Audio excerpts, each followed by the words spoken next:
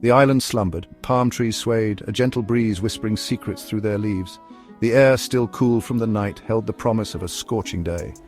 The lagoon, a mirror of turquoise, reflected the cloudless sky. The silence was profound, broken only by the rhythmic crash of waves on the shore. It was a scene of idyllic beauty, unspoiled, untouched, a paradise. But even in paradise, shadows lurk. Three figures emerged from the jungle, their silhouettes stark against the rising sun. Sam, the eldest, moved with a quiet confidence, his eyes scanning their surroundings. Eric, his younger brother, trailed close behind, his gaze flickering nervously. Behind them walked Jack, smaller than the others, his face a mask of sullen resentment. They were inseparable, these three, bound together by the unspoken language of shared experience. This island, once a strange and frightening place, had become their domain. They were its masters, its kings. Their laughter echoed across the beach as they chased each other, their bare feet leaving fleeting imprints on the damp sand. Then a flash of color. A bird, its plumage vibrant against the azure sky. A rock hurled with deadly accuracy found its mark. A sickening thud. The bird, its song abruptly cut short, crumpled to the ground, its beautiful feathers now stained with blood. Silence descended, heavy and absolute. The boys stared at the lifeless creature, their laughter and excitement forgotten. In its place, a chilling realization dawned. They had taken a life. As the first light of dawn began to touch the horizon, the tranquility of the island was interrupted by a serene call. The adhan, the call to prayer, echoed softly through the air, a reminder of faith amidst the chaos of the previous day. Inside a modest hut, a man stirred from his sleep. His movements were deliberate and reverent as he rose from his bed. He performed his ablution with care, the water a symbol of purity and renewal. Each drop seemed to wash away the weight of yesterday's violence, preparing him for a new beginning. With the adhan still resonating in the background, he stepped out into the early morning light. The path to the mosque was familiar, each step a meditation. The island, bathed in the soft glow of dawn, felt like a different place, a sanctuary of peace and reflection. As he arrived at the mosque, he joined others in a moment of unity and devotion.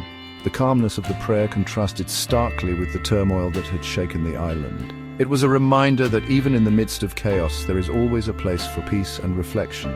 The morning prayer concluded, and the man left the mosque with a sense of renewed purpose. The island was still the same, but his heart was lighter, ready to face whatever the day might bring.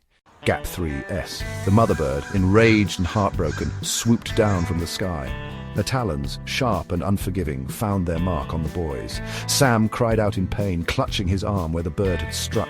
Eric stumbled back, his face a mask of terror. Jack, for the first time, felt a pang of fear as the bird's beak grazed his cheek. The boys, once so confident and carefree, now cowered in the face of the mother's wrath. The island, once their playground, had turned against them.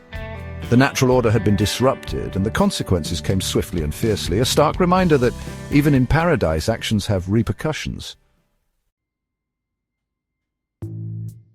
Section 5. The Stain of Blood. Sam stared at his hands, his stomach churning. They didn't feel like his hands anymore. They felt dirty.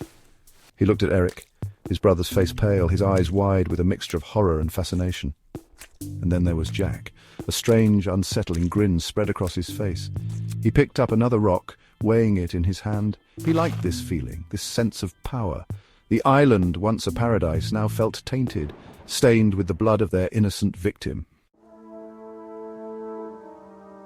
The days that followed were different. The easy camaraderie that had once bound the boys together was gone, replaced by an unspoken tension. Their games, once filled with laughter, were now subdued, their joy tinged with a strange guilt. Sam found himself avoiding Eric's eyes, unable to shake the image of the bird's broken body. Eric, haunted by nightmares, clung to Sam, seeking solace he could no longer provide. And Jack?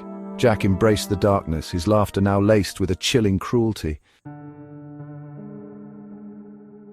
Years later, long after they were rescued from the island, the memory of that day continued to haunt Sam. He became a doctor, driven by a need to heal, to atone for the life he had taken, yet the guilt lingered, a constant shadow in the back of his mind. He knew, with a certainty that chilled him to the bone, that the island had changed him, had awakened a darkness he could never fully escape.